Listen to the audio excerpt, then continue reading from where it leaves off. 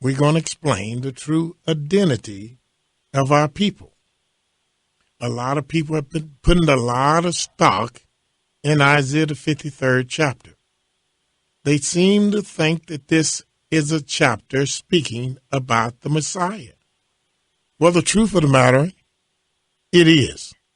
This is a chapter dedicated to the Son of Yahweh, who is the Anointed One, who is the Messiah. But the problem is, most of our people think that this is an individual that died 2,000 years ago. But today I'm going to show our people who this particular person or persons is that's mentioned in Isaiah, the 53rd chapter. We're going to start reading at the first verse, and we're going to let you know who this great chapter is speaking of. Isaiah chapter 53, verse 1. Who hath believed our report? And to whom is the arm of Yahweh revealed? For he shall grow up before him as a tender plant. In other words, he asks, who has believed our report? I assure you, brothers and sisters, there is no report nowhere in the Tanakh, nowhere in the Torah, about somebody coming to earth to die for your sins and cleansing you of your sins by his blood. There's no scriptures on that at all. Matter of fact, that very notion is contrary to the words of the true and living Elohim. Let me just show you one thing in the law. And if we look in the book of Deuteronomy, the 4th chapter, the 2nd verse, it says,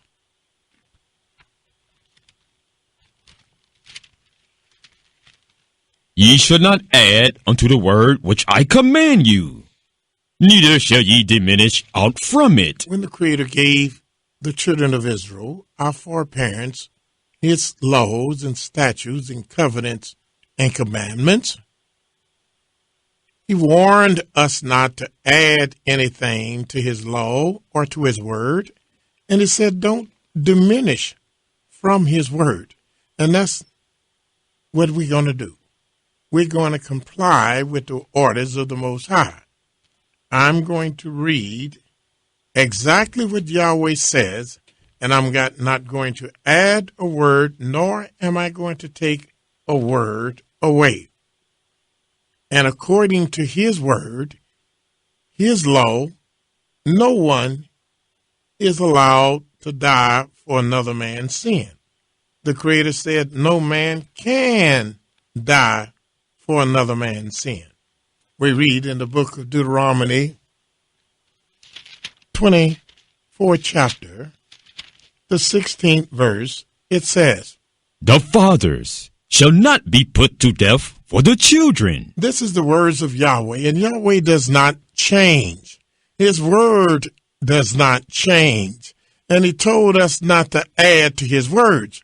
Now, what did his word says? He said, the fathers shall not be put to death should not be put to death for the children. They should not be put to death for the children. Neither shall the children be put to death for the fathers. And neither shall the children, and that's anybody's child, Mary's, Joseph, Zechariah, Zephaniah, Hananiah, Mishael, Azariah, Malachi, Ezekiel, nobody's son can be put to death for the fathers. Every man. Then the Creator says explicitly and emphatically through his divine word, which he warned us not to add nor diminish from his word, he said, Every man shall be put to death for his own sin. For his own sin. So this destroys the possibility of somebody coming to die for the sins of the world. This destroys the premise that a son can come and die for the fathers of Israel. This destroys that notion. So that's not our report. When it said, who has believed our report? That's not a report that was given.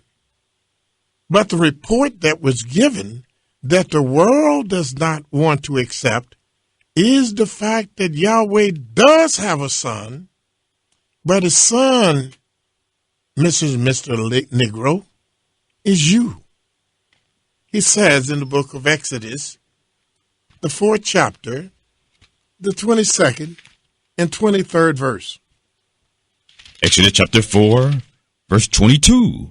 And thou shalt say unto Pharaoh, Thou shalt say unto Pharaoh, Thus saith Yahweh, Thus said Yahweh, Israel is my son. The Creator said, Israel is my son. Now, was he lying? No, the Creator does not lie. He said, Israel is his son. This is the only nation that the Most High spoke of as being his son. Israel is my son. And then the Creator said, even my firstborn. Continue. And I say unto thee, Let my son go, that he may serve me. And if thou refuse to let him go, behold, I will slay thy son, even thy firstborn. He said, if you refuse to let my son go, he tell the Egyptians, and he tell Pharaoh, who is the king of the Egyptians, that if you will not let my son go, then I will slay your son, even your firstborn son. So the nation that the Almighty calls his son is Israel, a whole nation of people called Israelites are the sons and daughters of the Most High Yahweh. The tribe that the Most High has dedicated to be his son is one of the 12 tribes of Israel called Ephraim. And you can find this in the book of Jeremiah, 31st chapter, the 9th verse. I want you to turn there. I want to give you a chance to turn there so you can see what tribe Yahweh calls his firstborn son. Jeremiah chapter 31, verse 9. They shall come with weeping, and with supplications will I lead them, and I will cause them to walk by the rivers of waters in a straight way, wherein they shall not stumble. For I am a father to Israel, and Ephraim is my firstborn. Here the Creator let you know that Israel is his son. He said, I'm a father to Israel. So if he's a father to Israel, here the Creator sending Israel again is his son. And then he says, of the sons of the tribes of Israel, the tribe of Ephraim is my firstborn. So here we have a nation, we have a tribe, and then we have something else. There is an individual. There is a person. There is a great king that Yahweh says is his firstborn son. And that king is, I'm going to let you read it for yourself because you won't believe it if I just told you. If we go to the book of Psalms, the 89th division, it says, starting at verse 18. For Yahweh is our defense. Yahweh is our defense. And the Holy One of yes, Israel. And that's our defense. Yahweh. Now, your defense might be the police department. Your defense might be the United States Army. Your defense might be Obama being president and you think he can protect you now. Maybe that's who you consider your defense. But the only defense that Israel has is Yahweh. He's our defense.